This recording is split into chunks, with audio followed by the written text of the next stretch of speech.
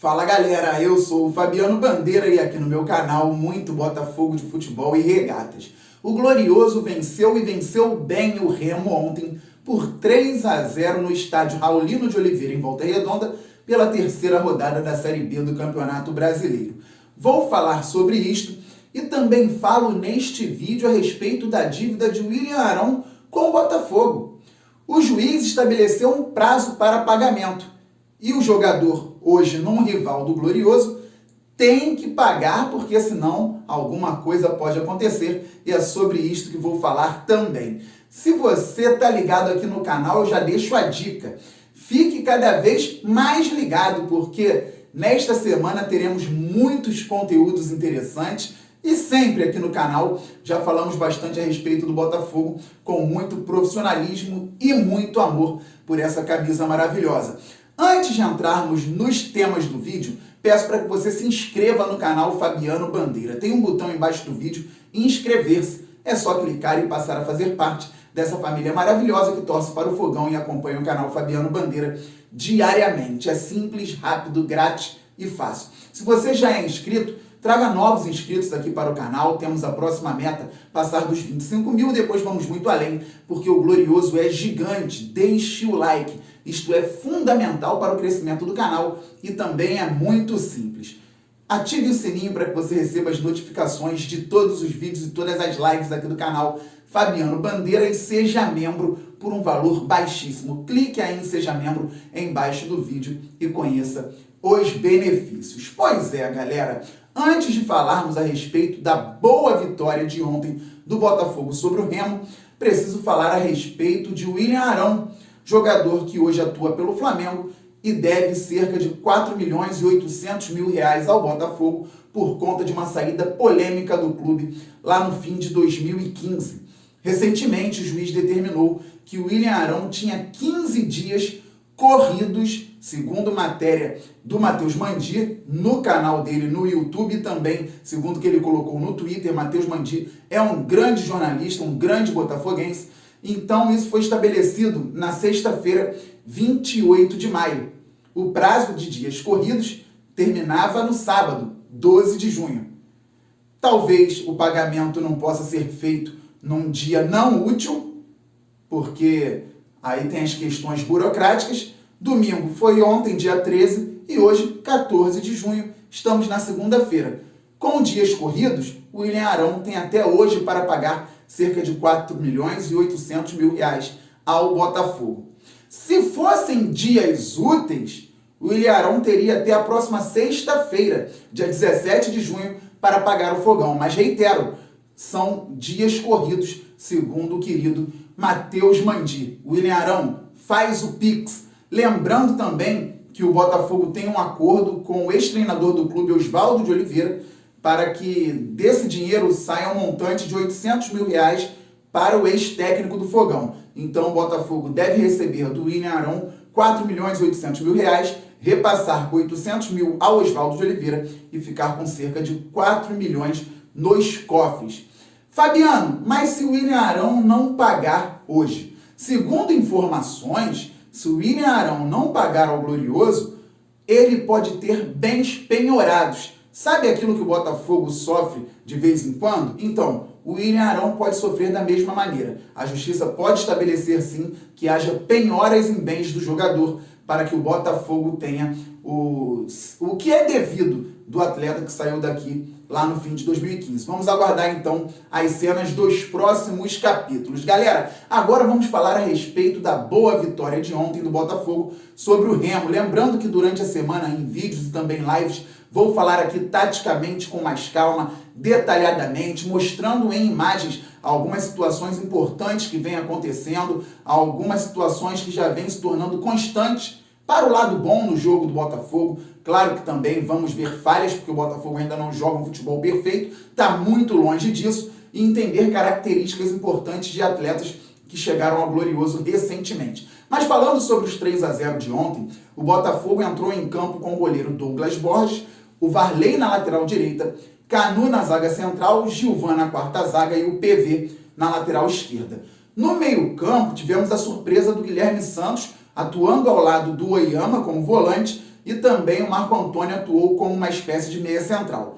Pela ponta direita, o Ronald, pela ponta esquerda, o Chay e como centroavante, o Rafael Navarro. O Botafogo tentou ser impositivo desde o início do jogo. Isso foi muito bom. O time que apresentava recentemente dificuldades para ter a bola e tentar sufocar o adversário no campo defensivo da outra equipe, ontem tentou construir jogadas importantes desde o início do jogo. O Botafogo, então, pressionou o Remo para tentar fazer o primeiro gol. E estava por um lado, por outro, principalmente pelo lado esquerdo, e o Botafogo esbarrou muito na oscilação ofensiva do PV, lateral esquerdo ontem, que é um garoto e vai oscilar naturalmente. Defensivamente ele foi mais uma vez bem, entretanto, ofensivamente, principalmente na primeira etapa, quando muito acionado, o PV não estava conseguindo dar sequência às jogadas e estava até atrapalhando em algum momento o Chay. Isso acontece, ele é um garoto e vai evoluir muito, mas mostra muito potencial para vestir a gloriosa camisa. Então o Botafogo tentava de alguma forma estabelecer as ações, o Remo, vez ou outra, tentava escapar, mas com muitas dificuldades.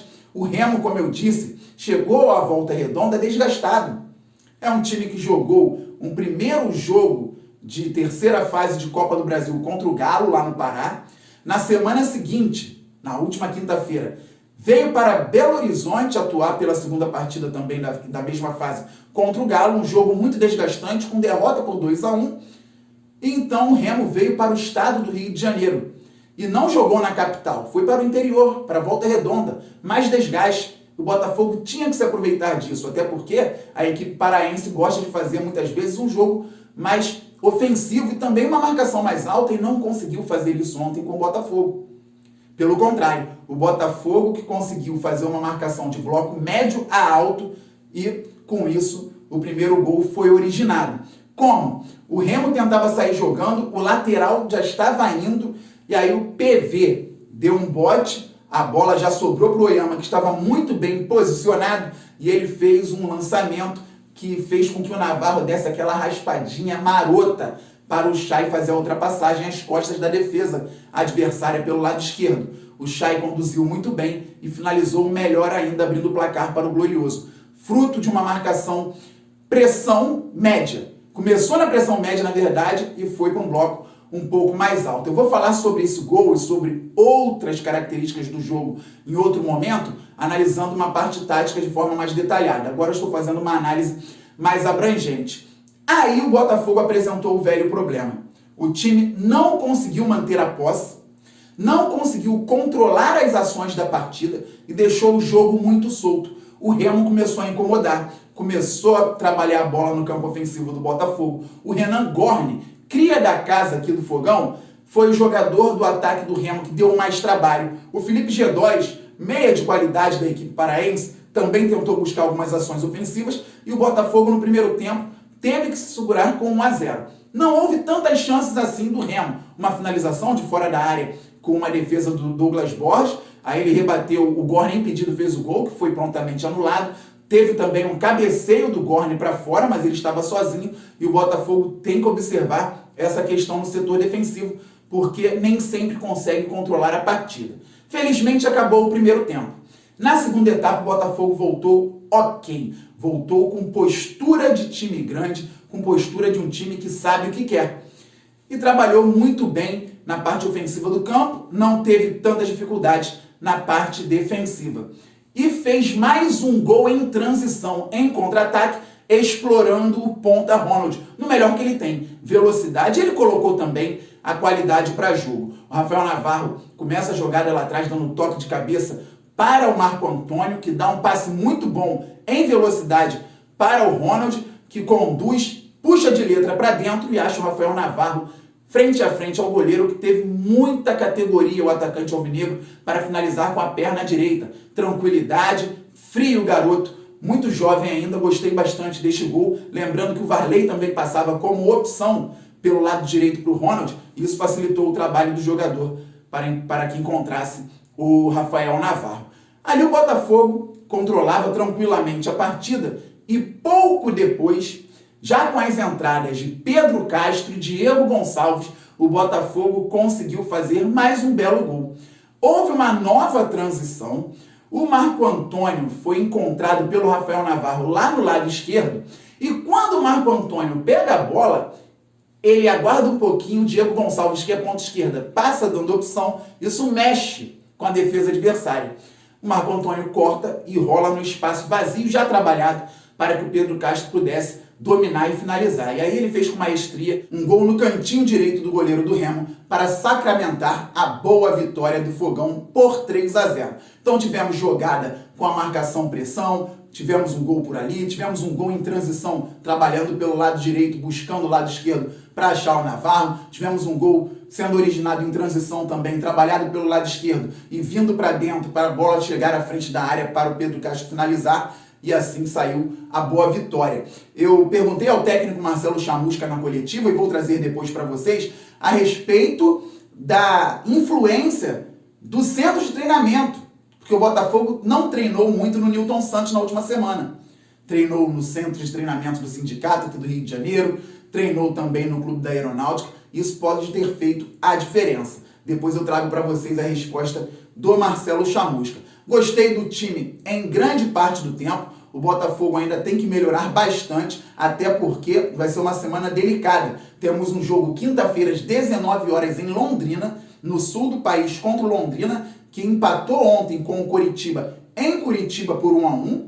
E logo no domingo temos uma partida dificílima contra o Náutico, que está lá na frente com 9 pontos, 3 vitórias em 3 jogos no Recife, capital pernambucana. Que o Botafogo saiba se consolidar e consiga trazer pontos importantes, tanto do Sul quanto do Nordeste. Então, por enquanto é isso. Fique ligado aqui no canal Fabiano Bandeira, porque como eu disse para vocês, tem muito conteúdo maneiro chegando por aí. Agora sim, um grande abraço, saudações alvinegras, valeu, fui!